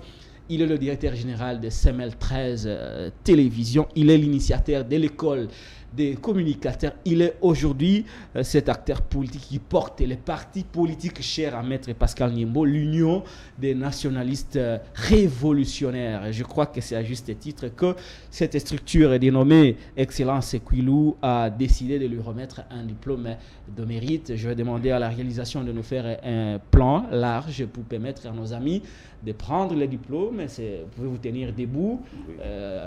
Voilà, Louis-France, je vous prie également de vous tenir debout. Prenez le diplôme, vous allez faire... on est en direct, on va se permettre des choses. Vous pouvez passer par ici, lui remettre son diplôme. On peut faire un plan, voilà. Voilà.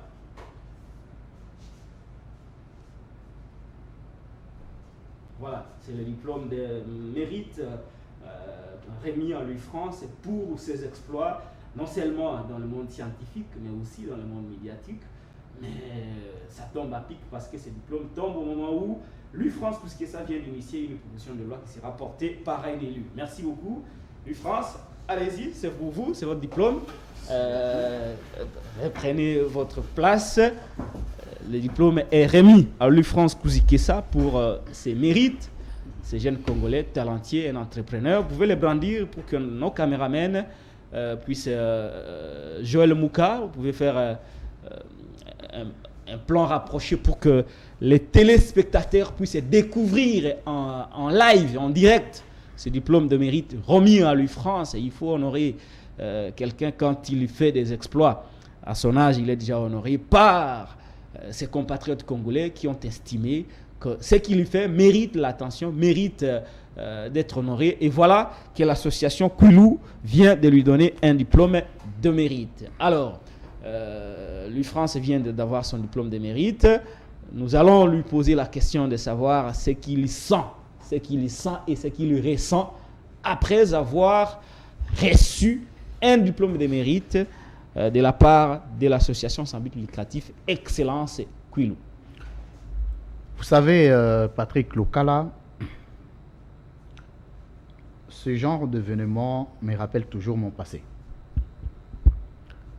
Me rappelle toujours mon passé parce que j'ai évolué dans un passé complexe.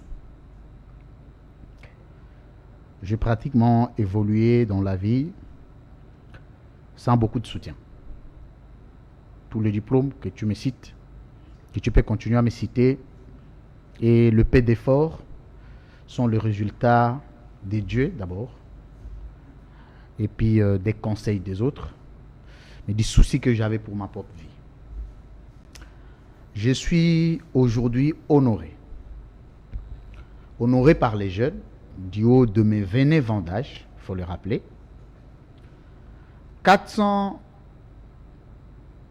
540 km d'ici Kikwit. Qu'on effectue aussi un long voyage. Récemment, je reviens de Kikwit. Je connais la peine avec l'état des routes pour que cette grande structure vienne me décerner ces diplômes. Mais ce n'est pas un motif de joie, c'est un motif d'encouragement pour ceux qui sont en train de nous suivre, pour eux-mêmes aussi. Mais j'ai deux petites choses à recommander. La première des choses, ce n'est pas le diplôme qui vaut grande chose. c'est la crédibilité de la structure qui vaut. La deuxième chose, c'est les critères qu'on a mis en place pour choisir les acteurs. Il faut rappeler que je ne suis pas à l'Union sacrée. Il faut rappeler que je ne suis pas au pouvoir. Il faut rappeler que je n'ai pas de fonction officielle.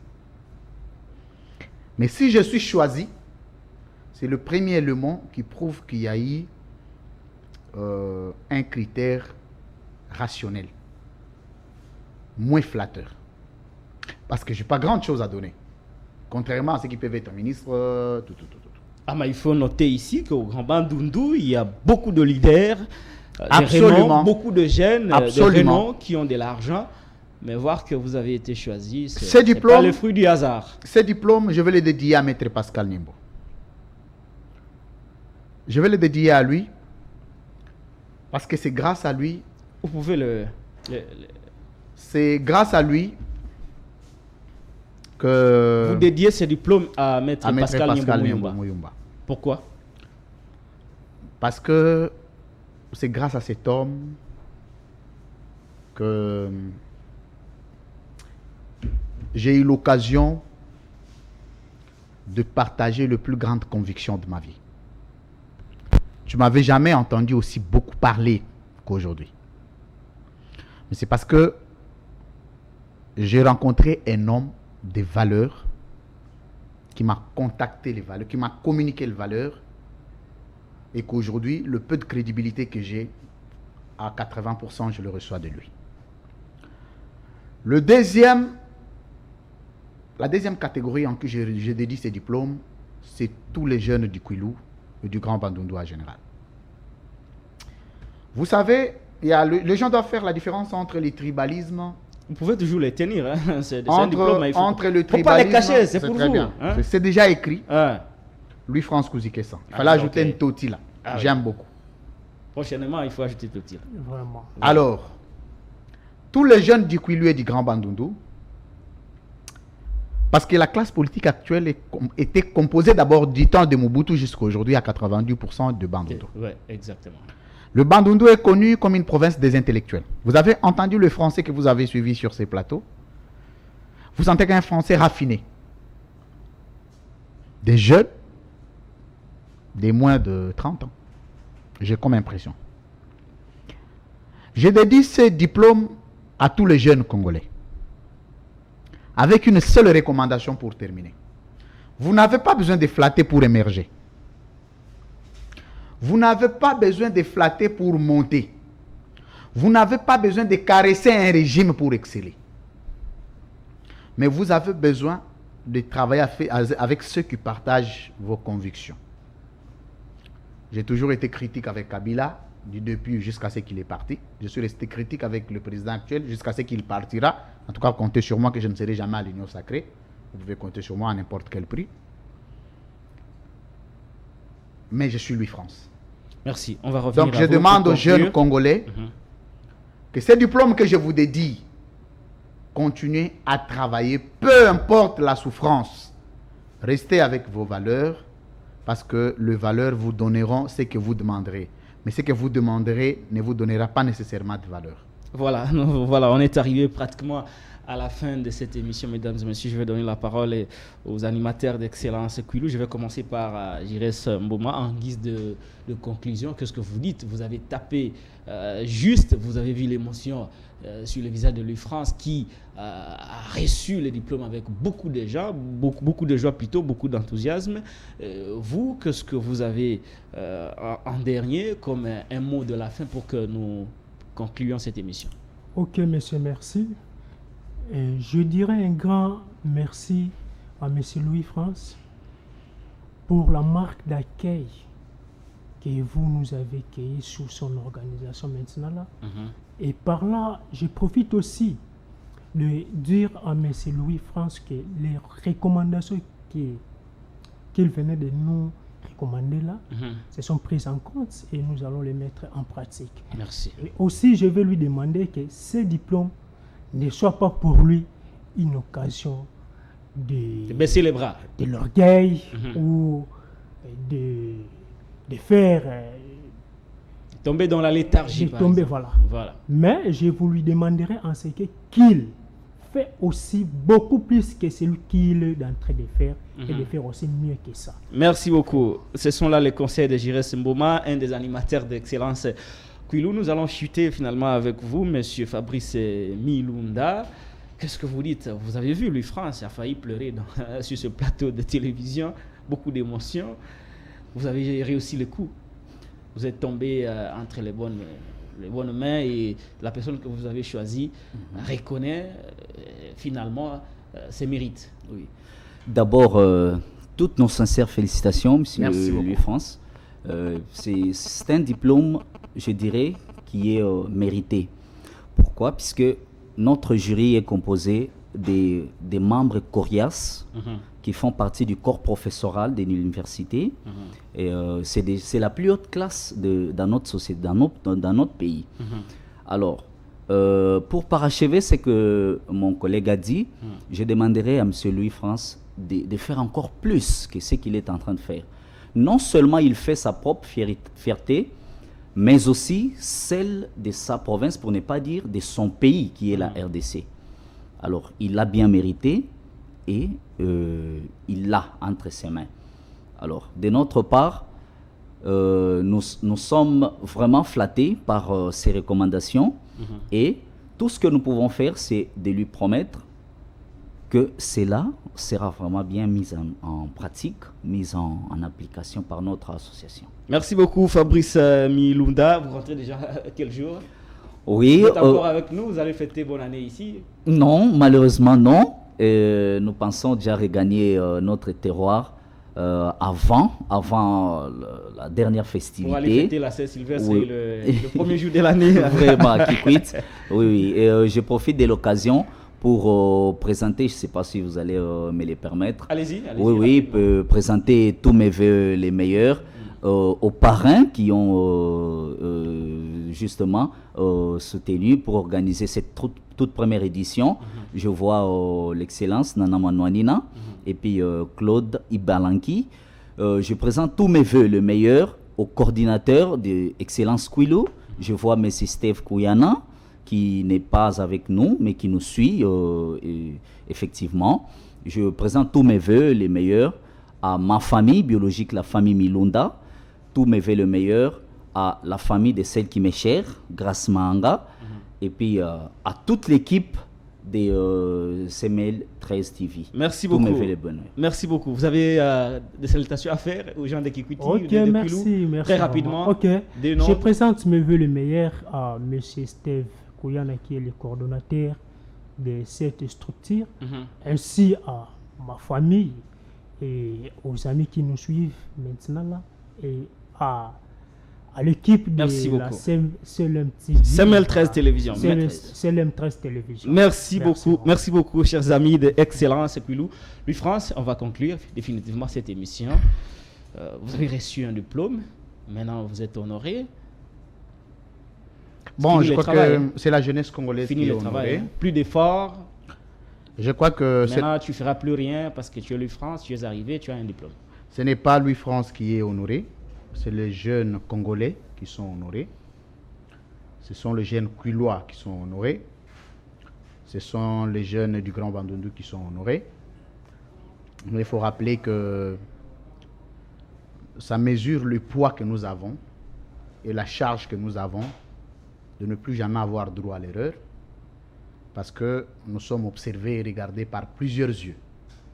Une occasion pour moi de remercier sincèrement cette structure, prix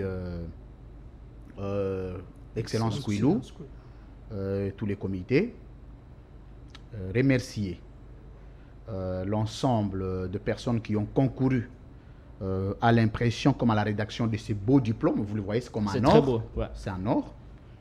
Je crois que ça a coûté beaucoup d'argent que je ne saurais pas rembourser.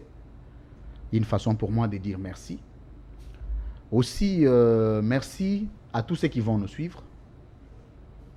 Je suis le même demain, aujourd'hui et hier. Je suis un garçon distingué dans la constance et je pourrais être le seul journaliste qui ne s'est jamais contredit. Je dis bien les seuls qui ne s'est jamais contredit. Vous connaissez ceux qui défilent vos plateaux tous les jours. Aujourd'hui, il est à gauche, demain à droite. Je continuerai à faire cet effort de garder cette crédibilité. Mais une chose est vraie que nous continuerons à soutenir cette structure, de près comme de loin. Et je prierai, bon Dieu, parce que je suis chrétien de la borne, vous le savez, que Dieu donne des moyens pour que ces prix aient d'autres éditions. Personnellement, parce que j'avais reçu l'invitation de me déplacer pour Kikwit. Malheureusement, l'agenda n'avait pas permis. La prochaine édition, il faut vous rappeler que je serai personnellement sur place pour accompagner cette action. Merci de votre invitation. Bienvenue à Kinshasa, de retour pour Kisangani. Je prie aux Congolais de continuer à prier pour nous parce que la charge que nous avons pour le pays est grande que le poids que nous mesurons personnellement. Merci beaucoup, Louis France. Kisangani Inapita Boulaya, nous recevions sur ce plateau. Vous avez aussi maîtrisé même les concepts. C'est comme si c'était un exercice d'entraînement sur place. Je vous dis que l'expression a été inventée par le plus grand musicien du Congo, Fally Ipupa, a donné l'ampleur à cette expression Kisangani Inapita Boulaya. Nous dédions cette émission à Excellence Kwilou qui a remis un diplôme de mérite à notre directeur général, Louis France. Mais il y a un élément que tu n'as pas enseigné. Le parrain de cette structure sont de l'Union sacrée, tous en fonction. Et moi, je suis très critique au régime. Donc, c'est ce qui signifie que la structure est crédible. La particularité de ces diplômes, c'est que Claude Ibalanke, qui est quand même le coordonnateur du suivi de l'accord de l'Addis Abeba, a apposé sa signature sur le diplôme de Louis France Kuzikesa. Je le disais, il m'a coupé. Nous avons dédié cette émission à Excellence Kwilou, qui a remis un diplôme de mérite à notre directeur général de CML 13 Télévision, Louis France Kuzikesa. Je vous souhaite de passer une excellente soirée sur les antennes de CML 13 Télévision. D'ici là, portez-vous bien. Au revoir.